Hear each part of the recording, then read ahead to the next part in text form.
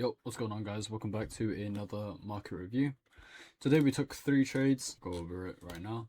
So, what I was seeing on the daily actually, sell side is taken, we have imbalances here.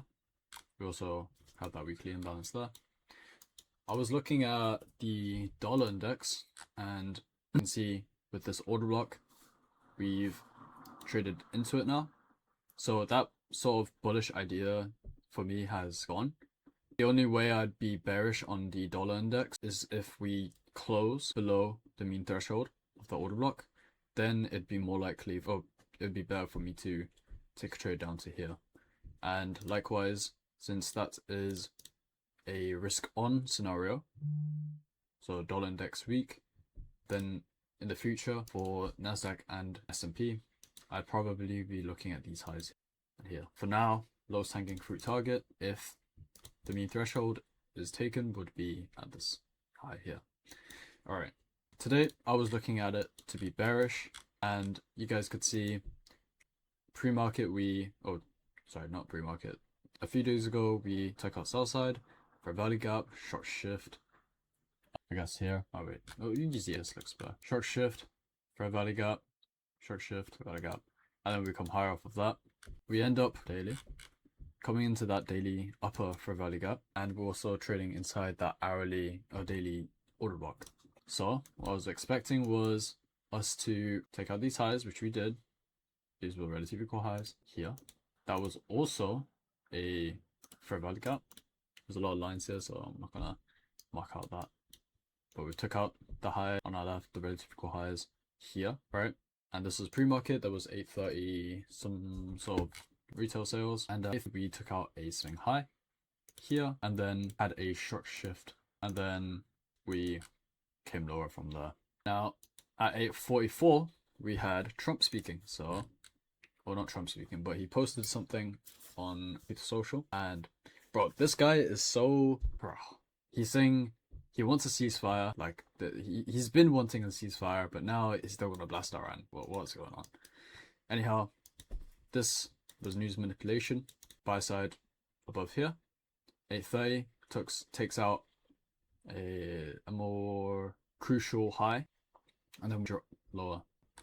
We have a fair value gap here, and what else is this? A market shift. This is the 2022 model. So initially I took an entry here and then re-entered after again taken out by this Trump candle, re-entered here. Targets were, now this was a mistake on my part. I was using Sunday gaps as a target, and before I've already sort of told myself not to do that.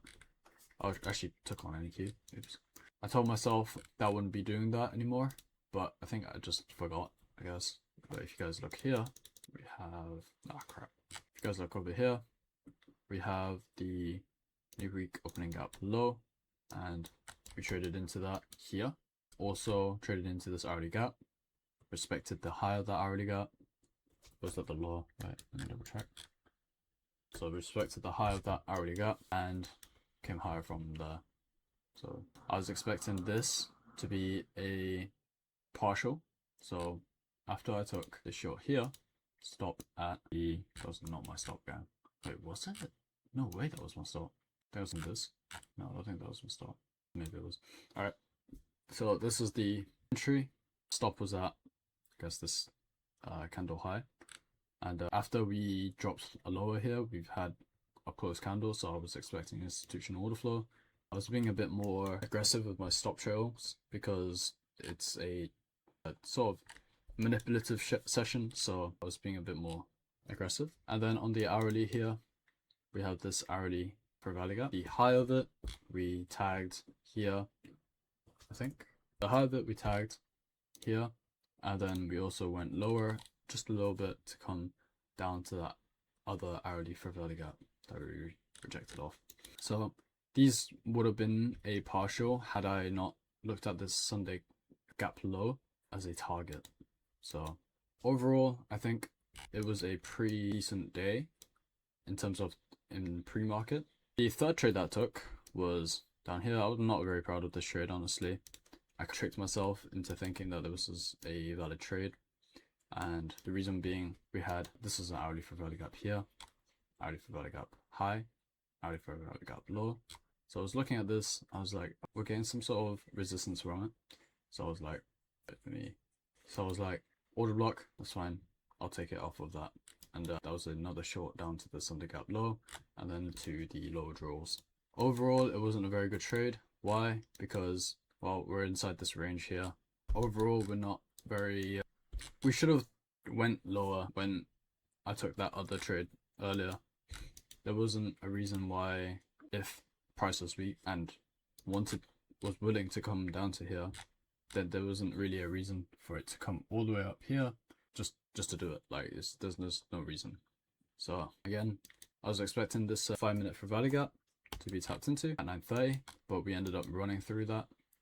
And after that, I saw this drop lower, and I was perhaps a bit impulsive, and just took a little short here, which made me lose about 150. So this trade here, I put my stop loss above that swing high, so I got stopped out around here. Luckily, got a little bit more than where my stop was, because when it closed above this order block, I was manually, and so brought back the loss that I had here from this trade, but overall still ended up in a loss because of this trade here. So that was actually the swing high. So let's show you guys the executions and we'll be off. So NQ taken, we first had it on ES. We first took the trade on ES here. I think I probably should have taken it on NQ. Thankfully there wasn't as much risk on ES. Thankfully I took it on ES, so then it didn't make me lose as much. But after I saw the sweep, I was like, let's see for a value gap, 2022 model, and I showed that. And then the bad trade, which was here. Range bound, impulsive, and yeah, I think that's kind of, I think I was sticking to my bearish bias too much as well, when bearishness should have already happened. And it really, this leg here was a big red flag. So that's my thoughts on the day.